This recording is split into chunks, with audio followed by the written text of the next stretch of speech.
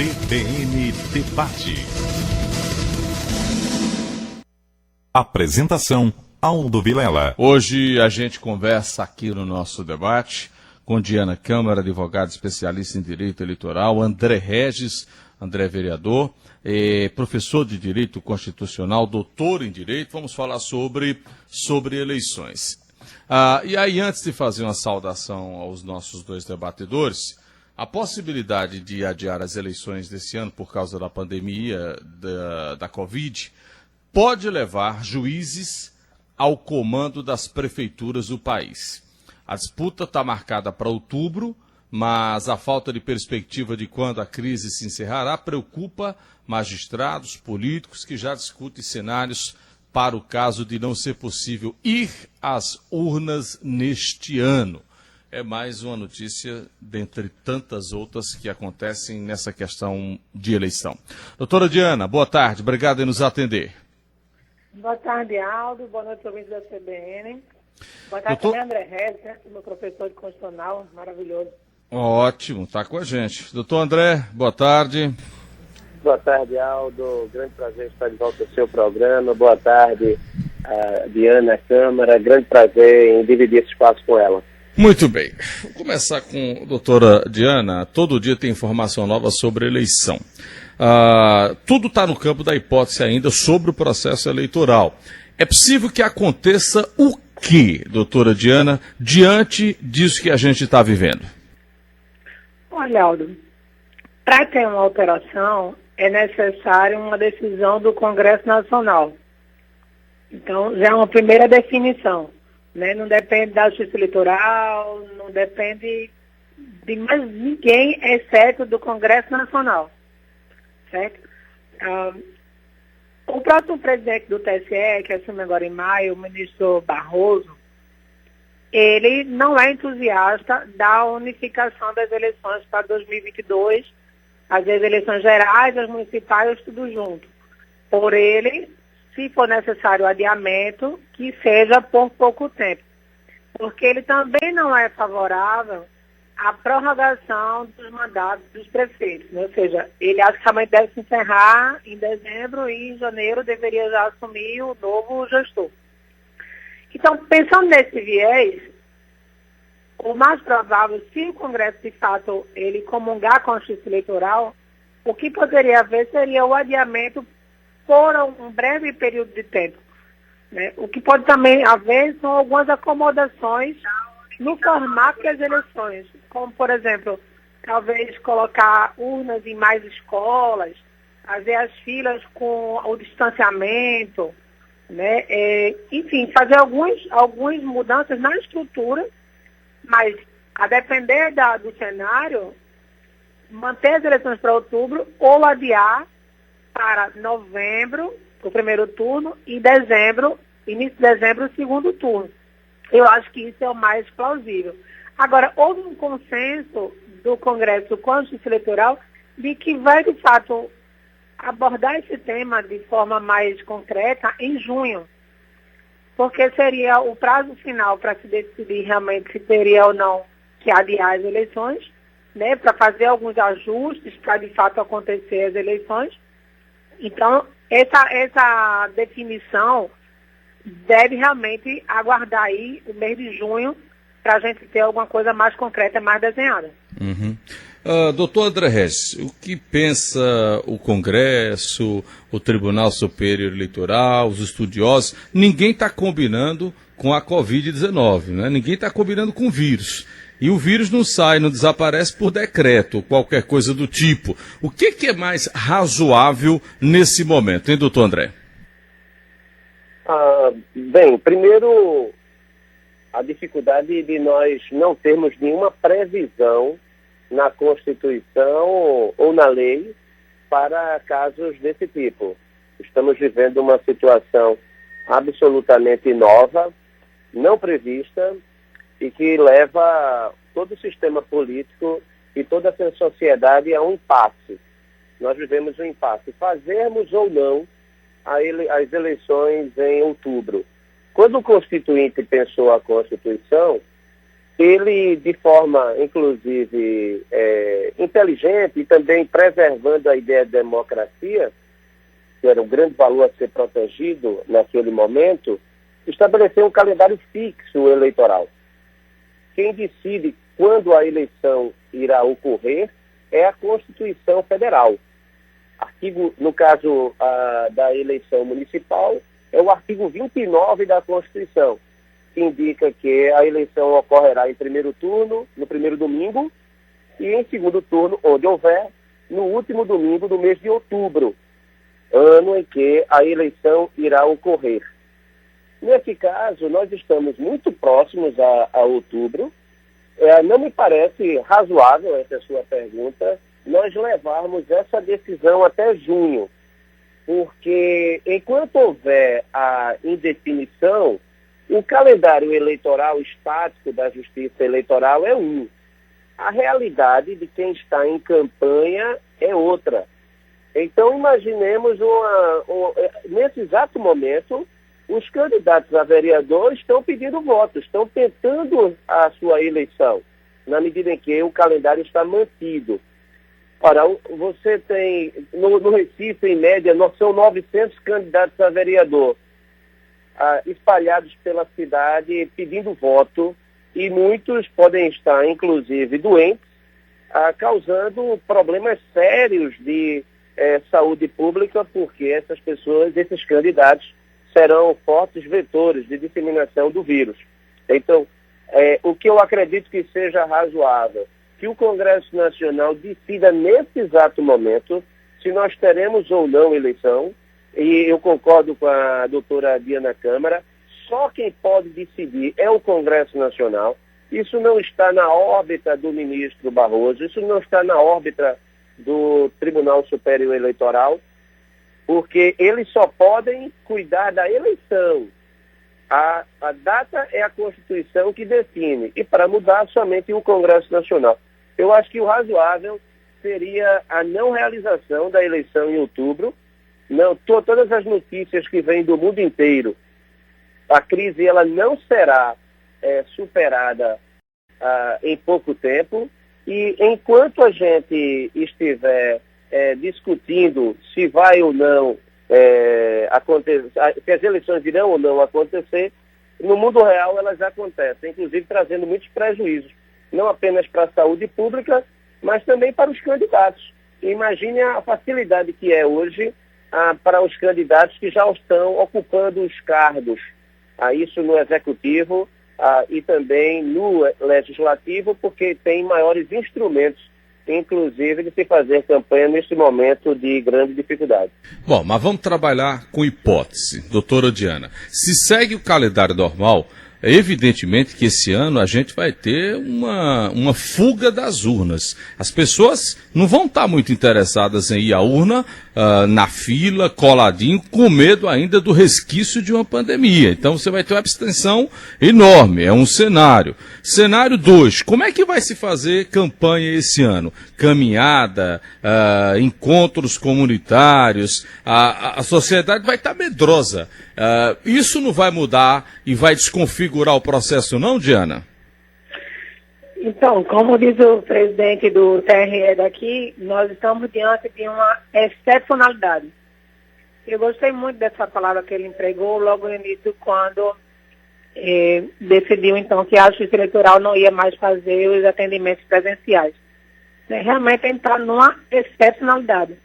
Então, sendo assim, a gente vai se deparar com várias situações inimagináveis e que vamos ter que trazer soluções inovadoras. Eu tenho falado muito em relação à pré-campanha, que é a fase que a gente está vivendo agora e que vai se estender até realmente o início da campanha, seja ela em agosto, seja ela a posteriori, mas os pré-candidatos estão na fase de pré-campanha.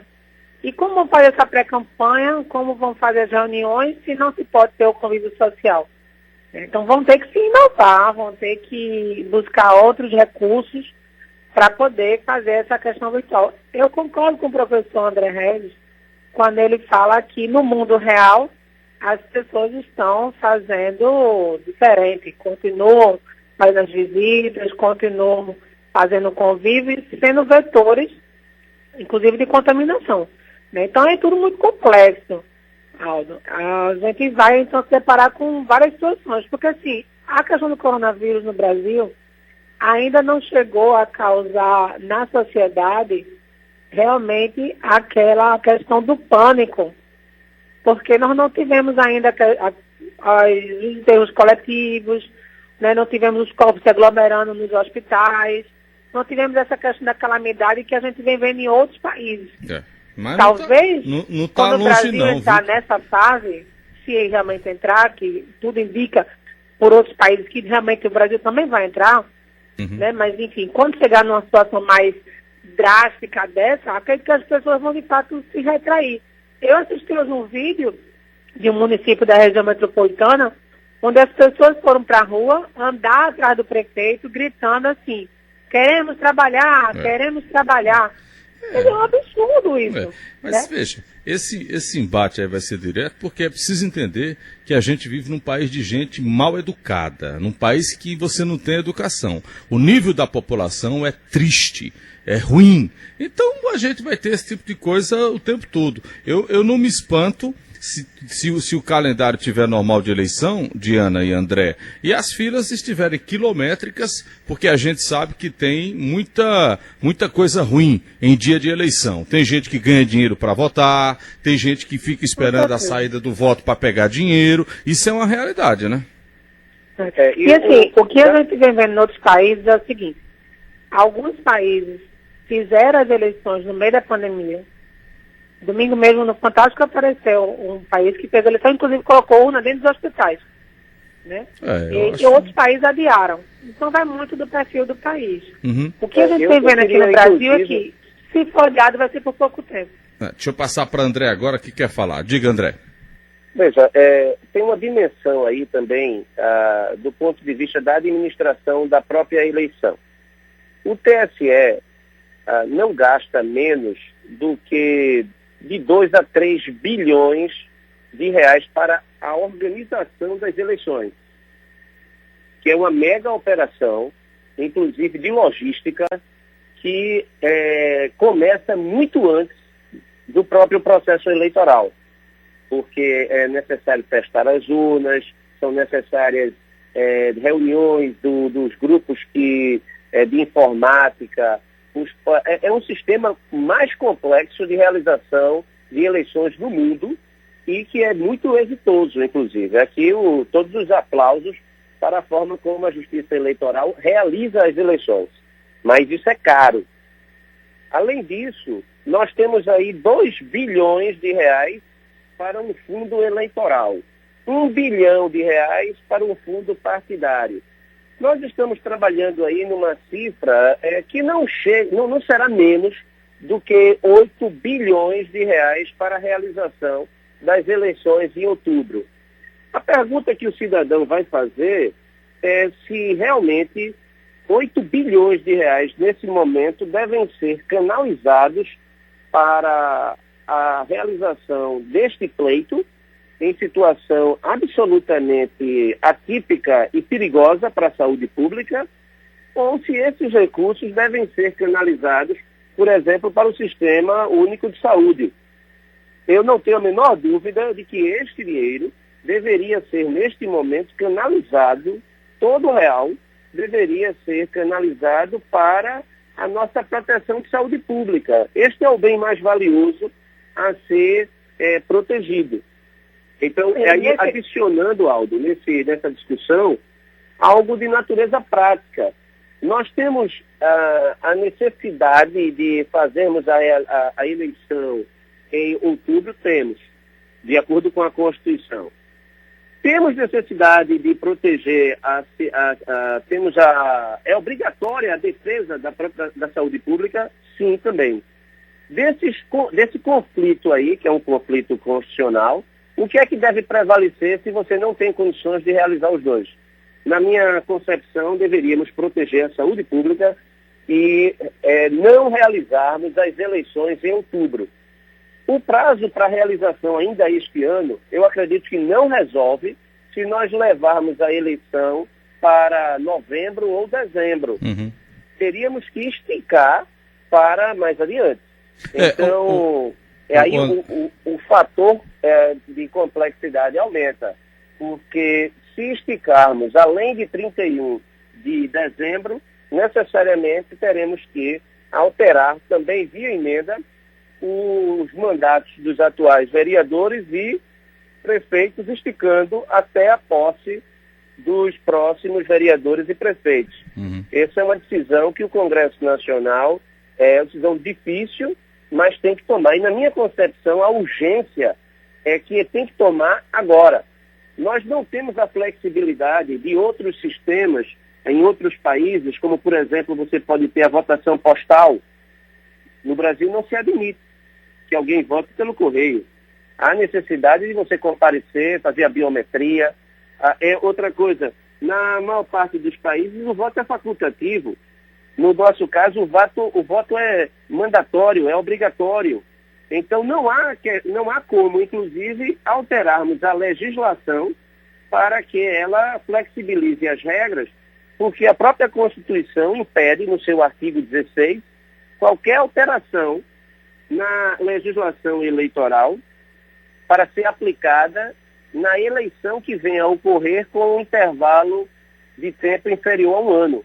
Ou seja, tudo que nós mudarmos agora só será aplicado nas eleições de 2022. Nesse caso, surge, então, a tese. Isso num cenário normal, né? A gente está num cenário excepcional. Então, se pode alterar a Constituição para a questão da data da eleição, pode também alterar a eleição, essa eleição especificamente, em várias coisas. No próprio voto, dele não ser obrigatório, no voto talvez ser até virtual. Enfim, então, o que eu venho escutando também, muitos eleitoralistas, inclusive uma bandeira defendida. Eu acho que é mais difícil, porque, inclusive, a própria jurisprudência do Supremo Tribunal Federal, no julgamento da Emenda Constitucional 52 de 2006, é de que o artigo 16 é uma cláusula pétrea implícita. O Congresso Nacional não tem disponibilidade para suprimi-lo ou alterá-lo. Então, eu acredito que isso em preservação da própria ideia de democracia. Você está falando da questão do princípio da anualidade? O princípio da anterioridade eleitoral, artigo 16. Que é o princípio da anualidade, exatamente. Então, esse princípio é uma cláusula pétrea, ele não deve ser alterado, obviamente. Mas o que a gente está falando aqui é que a gente está num período de exceção. Nós estamos numa guerra. Então, tudo pode acontecer e nada disso vai ficar uma surpresa se de fato for implementado. Você sabe que se a pessoa ela tem alguma pendência eleitoral, por exemplo, o CPF dela fica suspenso. E ela só volta a ter CPF quando ela regulariza isso. Por exemplo, você não voltou durante alguns anos e você então é impedido de ter o CPF ativo. Agora há pouco, todo mundo tem o CPF regularizado, independe de qualquer coisa, para poder as pessoas terem acesso a esse benefício de R$600 que o governo federal vai dar. Nós estamos em período de exceção. Então, na minha ótica, tudo pode acontecer. Todo tipo de flexibilização para essas eleições de 2020 ou 2020, e dessas próximas eleições, tudo pode acontecer. Tudo vai ser bem definido pelo Congresso Nacional, espero que debatido também, mas vai tudo acontecer, e nada vai nos causar surpresa. Eu acho que é um grande risco eu acho que é um grande risco se nós abrirmos a possibilidade para qualquer tipo de modificação e tudo pode acontecer. Eu acho que a Constituição não admite, é uma cláusula de segurança democrática. Uma coisa é você não realizar um pleito. Você dizer, não dá para realizar agora. Outra coisa é você alterar para que ele aconteça de todo jeito, a Constituição não permitindo a alteração no período anterior que aconteça a eleição. É muito diferente da situação do CPF, que nem norma constitucional, é uma norma infraconstitucional que regula a concessão de CPFs ou a regularização pela Receita Federal. Então, eu acho que é uma norma de segurança. Eu estou nessa tese, aliás, nessa questão, nós temos dois grandes posicionamentos. Um posicionamento do Luiz Roberto Barroso, que vai ser o presidente do Tribunal Superior Eleitoral, e o outro do jurista, o jurista Luiz Roberto Barroso, e também temos o posicionamento do Antônio Lavareda, o cientista político. São duas teses que trabalham a ideia de não realização do pleito em outubro por questões absolutamente pragmáticas. O André, desculpe interrompê-lo, mas a gente está falando muito aqui, Diana. Veja, tudo que a gente está falando não significa dizer ninguém sabe até onde vai essa pandemia, se vai voltar a coisa ao normal em 2, em 3 meses, em 6 meses. Então, tudo está no campo da hipótese, né, André? Veja, nós temos uma Constituição. Essa Constituição, ela está em vigor e ela precisa ser respeitada.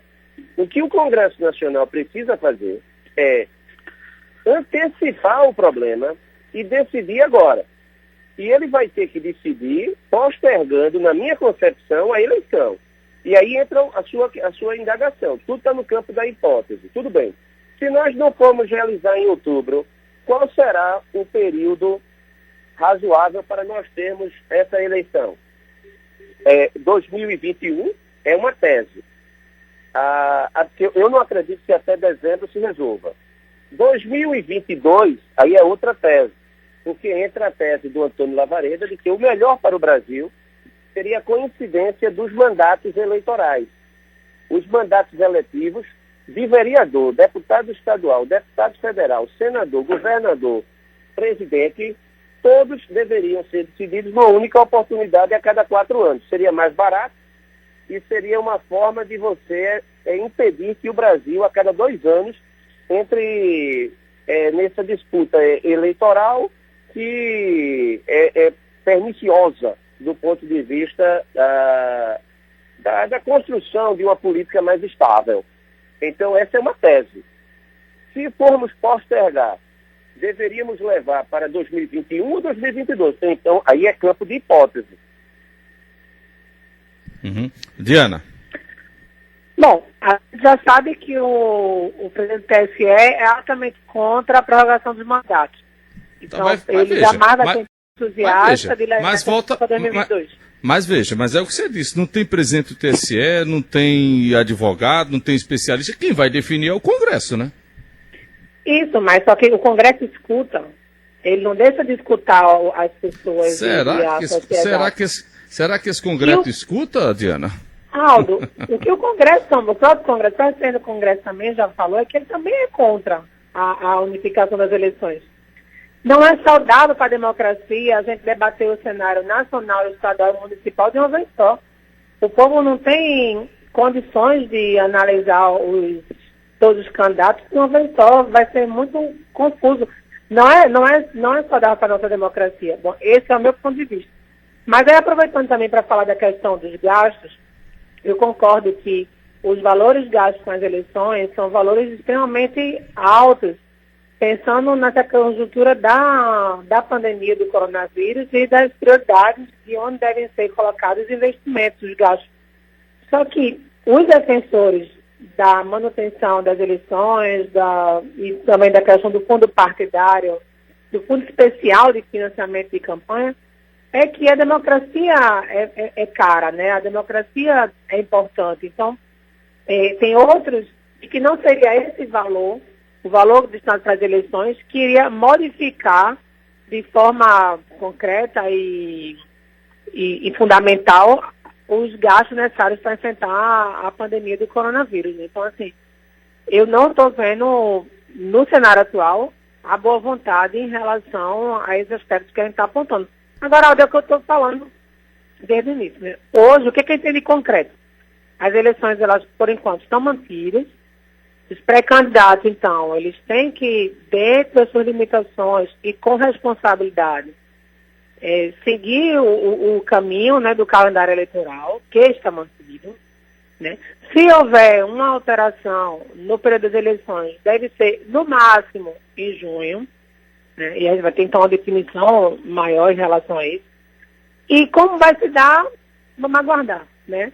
E, principalmente, eu acho que o que a gente comentou um pouco antes é que no Brasil, as pessoas só vão se sensibilizar quando, de fato, a gente entrar na fase caótica.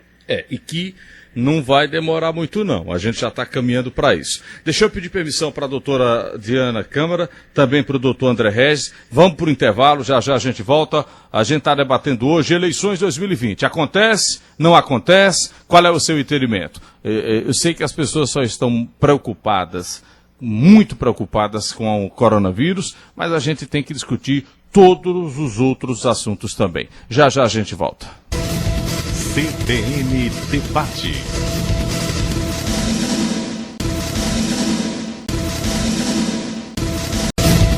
CBN Debate. Eleições 2020, Diana Câmara, advogada especialista em direito eleitoral, André Regis, professor de direito constitucional, doutor em direito. Doutora Diana, independente do que vai acontecer pela frente, o calendário está acontecendo. Filiação, desfiliação, transferência. Então, esse calendário para o candidato, ele segue sem alteração, né? Exatamente.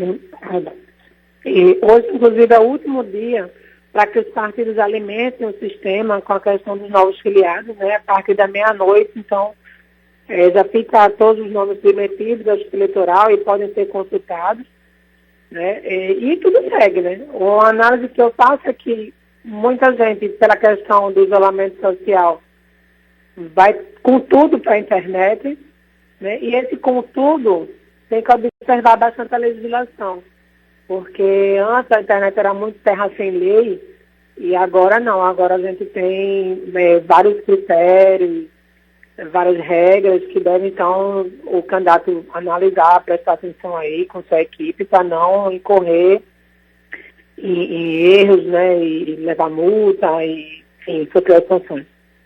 Doutor André, de todo mal a gente tira um grande exemplo, e a gente está vivendo aí, passando por uma tempestade, né? Talvez essa pandemia seja uma maneira da política se acertar no país, ou o resultado do que a gente está vendo até agora, dessas desavenças políticas, o senhor enxerga que não é o caminho para melhorar a questão política no Brasil?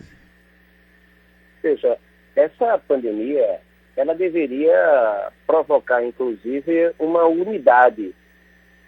Deveríamos enfrentar dentro de uma perspectiva suprapartidária. Para que o êxito fosse alcançado da melhor maneira possível, a unidade política, não é nem unidade política, o governo de apoio, forte apoio da população, inclusive dos partidos, dos concorrentes, eu acredito que é salutar. Esta eleição marcada para outubro, ela coloca uma dificuldade nisso, porque quando você tem em jogo prefeituras importantes, nós temos os cargos em disputa e quem está fora quer derrotar quem está governando, isso pode resultar num dano às políticas públicas, notadamente aquelas que necessitam de maior colaboração da população. Então, não estou vendo que a política brasileira está sendo acalmada em decorrência da pandemia, muito pelo contrário. Até o uso de uma medicação está sendo vista como elemento ideológico por aqueles que apoiam ou rejeitam, por exemplo, o presidente. Mas eu queria, nessa linha, inclusive, ressaltar quais seriam as vantagens de nós termos um calendário eleitoral único. Ok. Porque é importante a gente ressaltar que a eleição é municipal, mas ela é a eleição municipal que define a composição da Câmara Federal para daqui a 2 anos. Então, todo o Congresso, isso aí os estudos demonstram, que os parlamentares, os deputados, eles vão trabalhar nas suas bases, vão fazer a campanha nas suas bases para que elejam a maior quantidade de prefeitos, porque são os prefeitos que elegem os deputados federais. A cada 2 anos, o país para efetivamente e o custo é gigantesco. O custo não é apenas o dinheiro que está sendo colocado, que não é pouco dinheiro, trabalhar um universo de 8 bilhões de reais a cada 2 anos, somente para as eleições, do ponto de vista do que entra do poder público, sem falar do que entra do setor privado e do que entra do crime, do Caixa 2, da corrupção. Então, eu acredito que seria melhor para o Brasil se nós fizéssemos como era antes da Constituição de 88. Não sei, você não deve recordar, mas em 1982 nós fizemos eleição que era para vereador, prefeito, deputado estadual, deputado federal, senador e governador. Não tínhamos a eleição direta para presidente da República. Ou seja, não havia nenhum prejuízo do ponto de vista da democracia, e naquela época, inclusive, o Brasil não tinha restaurado ainda a normalidade democrática, você ter eleições municipais que não ocorram no mesmo período da eleição nacional. Eu acho que, inclusive, se o calendário for unificado, você tem um ganho, que é um ganho de coerência. Do ponto de vista nacional, as eleições nacionais e de prefeito, as eleições de vereador, o sistema partidário, no caso brasileiro, ganharia, na minha concepção, uma consistência maior, liberando a qualidade dos nossos congressistas para que tivessem a tranquilidade de até fazer um mandato de 4 anos para deputado federal e de 8 anos como para o senador. Porque a realidade atual hoje é de que o deputado, no ano anterior ao seu mandato, à sua reeleição, ele para fazer campanha. Quando ele é eleito, no ano subsequente, ele para fazer a campanha do prefeito que o reelege. E ele vai ter que fazer toda isso mexe profundamente, não apenas com o orçamento público, mas isso mexe com o próprio funcionamento do Congresso Nacional. Por isso eu acredito que Antônio Lavareda está na posição que eu acredito que ela é absolutamente mais razoável para o momento que nós vivemos hoje. Uhum. Reconheço que, como a própria advogada Diana Câmara coloca, que se nós não fizermos no mesmo calendário, o debate local ele teria maior visibilidade. Isso, de fato, há um ganho nesse sentido. Mas, ante aos custos da eleição e ante a uma estabilidade maior do sistema, do ponto de vista do funcionamento das instituições, notadamente do Congresso Nacional, os estudos de ciência política revelam isso, essa forte dependência das eleições municipais e o comportamento do Congresso, eu acredito que seria a tese de unificação, que não é nova. Essa tese, inclusive, ela vem sendo defendida desde que a Constituição foi promulgada e que mudou. Muita gente vem defendendo a tese da unificação. Inclusive, também havia até a possibilidade de defender mandatos de 5 anos para todos os mandatários e não permitindo a reeleição. Eu acredito que nesse caso específico, nesse momento que nós estamos vivendo, o mais razoável seria o Congresso Nacional, nesse exato momento, ele aprovar, via emenda à Constituição, a suspensão das eleições de outubro, transferindo para outubro de 2022. E a partir daí teríamos eleições a cada 4 anos, Perfeito. Eleições de vereador a presidente. Eleições unificadas. Doutora Diana Câmara, a senhora vai nessa mesma linha do doutor André Regis ou discorda? Peço vênia ao meu ex-professor de constitucional, mas eu estou completamente contra aproveitar essa fase da pandemia, essa fase do coronavírus, para fazer uma mudança tão drástica na realidade democrática do país, da gente fazer eleições tão unificadas a cada 4 anos, sem um debate mais amplo, com as pessoas sem estarem prestando atenção no assunto, com medo de preservar a própria vida, de preservar a questão da sobrevivência. Enfim, eu acho que não é um debate para agora, eu estou completamente contra essa unificação.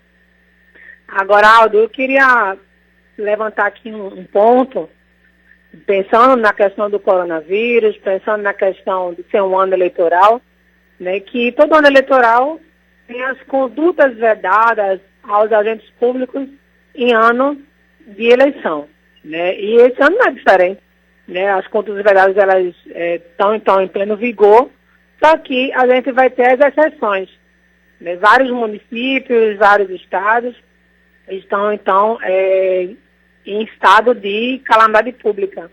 Né? E com esse estado de calamidade pública, né, com essa decisão, com essa vigência da calamidade pública, abre uma série de exceções. Né? Ou seja, a gente está vendo muitas questões em termos de doação de alimentos, a doação de valores, né, que seriam coisas proibidas em ano eleitoral, mas que então vão ser exceções.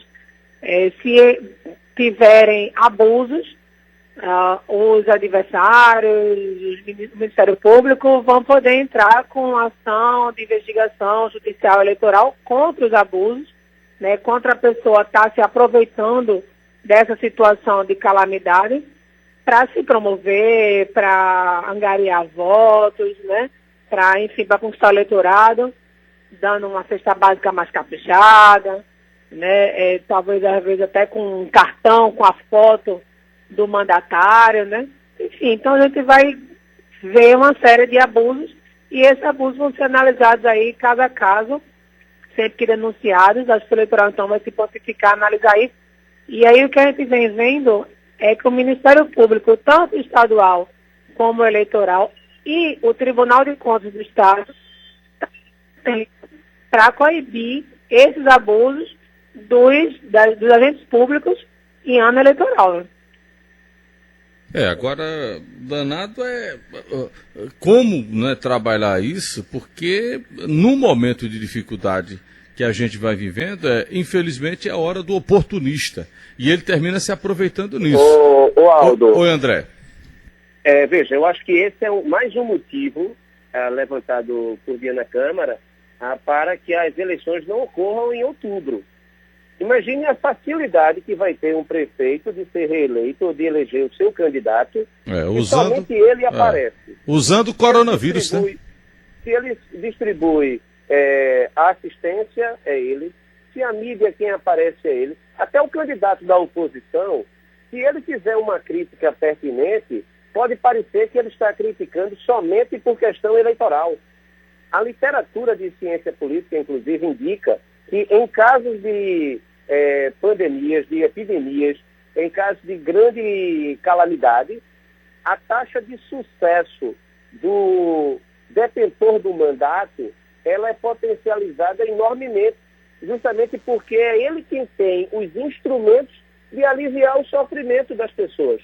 Então ele aparece porque ele tem que aparecer. Como é que você vai dissociar? Por exemplo, aqui no caso específico, o prefeito Geraldo Júlio está distribuindo cestas básicas para as crianças no lugar da merenda.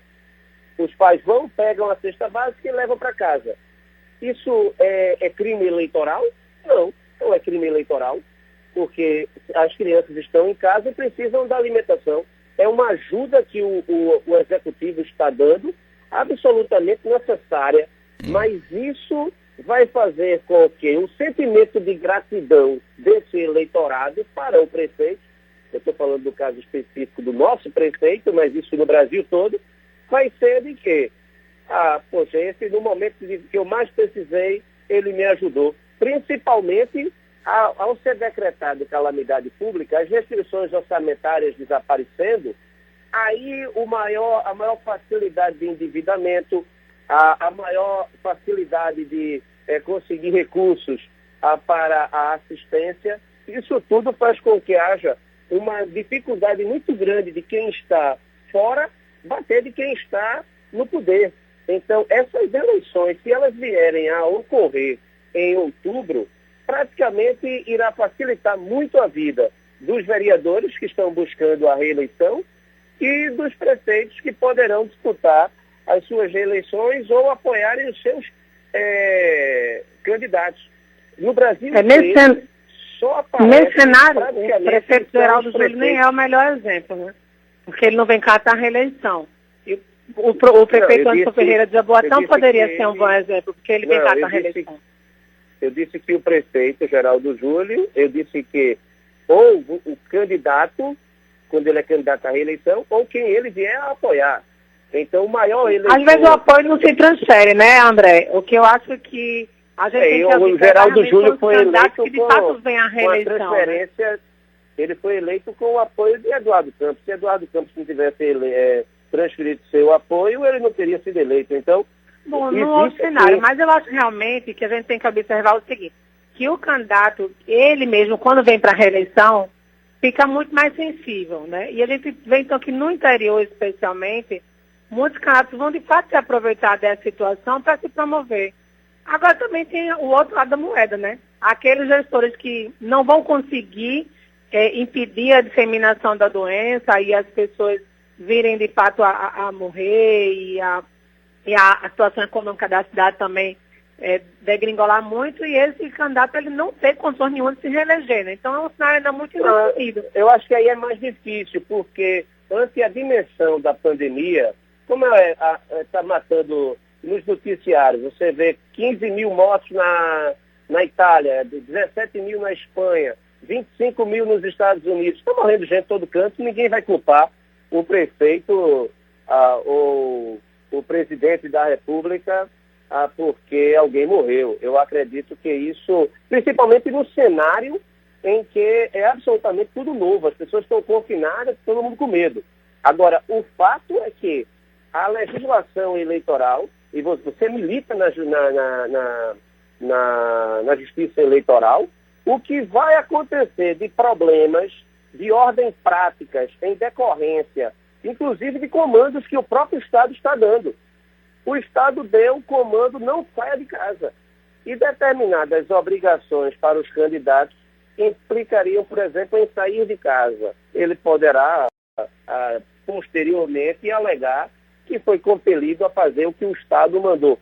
Mas eu acho que o ponto mais importante é de que quem for da oposição, independentemente de qual a capital, qual a cidade do Brasil, vai ter uma dificuldade muito grande de disputar contra quem estiver no poder. Porque esse é o momento em que a assistência é absolutamente liberada e o sentimento de gratidão, ele vai ser, na minha concepção, porque a literatura demonstra isso, não vai ser diferente agora, compensado nas urnas.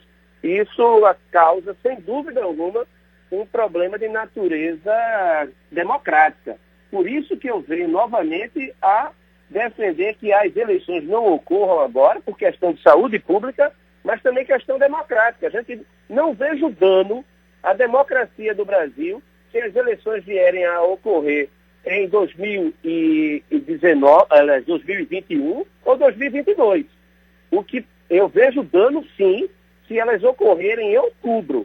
Dano para o bolso do contribuinte e dano para toda a estrutura democrática, porque quem está no poder vai ser um passeio à reeleição ou ajudar a eleger quem for da sua vontade. Diana, diga lá, acho que você já foi bem clara que não concorda com essa tese de André, né? Eu não concordo com a unificação das eleições. E principalmente não concordo nisso ser debatido agora e de que ser uma coisa eterna, contínua, uma coisa realmente instituída para daqui para frente ter sempre eleições unificadas. Isso realmente eu não concordo. Né? E acho que se um dia o Brasil vier a ter eleições unificadas, tem que ser fruto de um grande debate. Mas não assim nas coxas, não assim agora no meio da pandemia. Uhum. Ponto. Uma questão, Aldo, em relação às eleições em si, em relação à pandemia.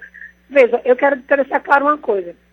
Eu fui uma das primeiras pessoas que escrevi sobre a possibilidade do adiamento das eleições. Quando eu escrevi, algumas pessoas até disseram, mas isso será, não, isso é impossível e tal, e não é. Então, eu não sou entusiasta a adiar, nem sou entusiasta que seja feito agora. Eu estou sendo objetiva, estou sendo legalista, né, no sentido da gente trabalhar com o cenário real, com as possibilidades e o que pode vir a acontecer. Agora veja, Diana, no cenário real, permita-me, Diana e André, no cenário real a gente está vivendo um cenário de incerteza. Ninguém sabe o que vai acontecer à noite, ninguém sabe se amanhã as coisas vão estar normais, ou daqui a um mês, ou daqui a 2 meses. Então, infelizmente, a gente está vivendo um dia, e quando termina esse dia, aí a gente agradece para ver o que é que acontece no outro. Isso, por isso que eu acho que não é momento se ponderou de nós e termos- ser analisado nós- isso em junho, Aldo. Para ter realmente uma noção de como as coisas vão estar. Deixa eu ouvir o André agora. Diga, André. Eu acho que você coloca o ponto crucial. Nós temos outras prioridades. Destinar 10 bilhões, 8 bilhões oficiais para uma eleição agora não é prioridade. Agora, o meu ponto, e eu acho que aí a própria advogada da Câmara também concorda que pode haver o adiamento. Agora, eu acho que é uma discordância, Diana. Eu não acredito que a gente deve deixar até junho, porque o Congresso tem que decidir agora, porque o mundo real já está em campanha, e essa campanha ela é perigosa para a própria saúde pública. Nós temos no Brasil inteiro o brasileiro fazendo campanha, quem está disputando a eleição, e está aí o problema de saúde pública estabelecido. Nós não temos dinheiro, e o dinheiro que o TSE iria gastar para a realização dessas eleições, ou do fundo eleitoral, ou do fundo partidário, este dinheiro deve ser canalizado integralmente para aliviar o sofrimento da população que está perdendo o emprego, que não consegue trabalhar. Esta é a nossa prioridade. Eu concordo com você. Você tem que... E nós estamos de acordo. Essa decisão não é do presidente do TSE, essa decisão não é do TSE, essa decisão é do Congresso Nacional. E o Congresso Nacional já sinalizou que só vai analisar isso em junho. Agora, a gente tem outras prioridades também nacionais acontecendo no momento, e eu não vejo o Congresso decidir isso antes. Agora, como disse Aldo agora há pouco, nós estamos vivendo um dia de cada vez. Né? Hoje já tiveram várias novidades. Se você entrar na internet, você vai ver muitas novidades na questão política nacional, né? E amanhã pode ter uma outra novidade. Então, hoje, o que o Congresso vem falando é que vai analisar esse adiamento ou não das eleições em junho. Pode ser que amanhã ele decida analisar agora. Eu concordo com você que se a gente suspende agora, até que suspenda para novembro ou dezembro, mas que a gente dê um panorama real para esses pré-candidatos, a gente vai conseguir que eles tenham calma, que eles mudem, que eles se adaptem, que eles aguardem, talvez. Né? Mas se eles acham que a eleição por enquanto está mantida, e eles estão correndo contra o tempo, então eles vão continuar fazendo campanha, mesmo que eles digam, pelo amor de Deus, não sai de casa, vamos respeitar o isolamento social, vamos ser criativos, vamos fazer campanhas virtuais, vamos inovar, vamos fazer vídeo, vamos no WhatsApp, vamos nas redes sociais. É porque a eleição de vereador é uma eleição de corpo a corpo. É eleição que é de toque, inclusive, assim, das pessoas chegarem, se aglomerarem casa em casa. É muito difícil haver essa migração. Inclusive, também tem outro aspecto, é que ninguém quer saber de política agora, de discussão de política. Se alguém for... Se alguém bater na minha porta mesmo aqui, fala, eu não vou querer. Tem esse detalhe também, viu? Né, tem esse detalhe. Não adianta porque o candidato político que chegar agora para pedir voto, ele vai levar um babau. Olha, nosso tempo acaba... Não é pedir voto. É que quem for agora de porta a porta levando assistência... vai ter o voto lá na frente. Então não é discutir, é assistir.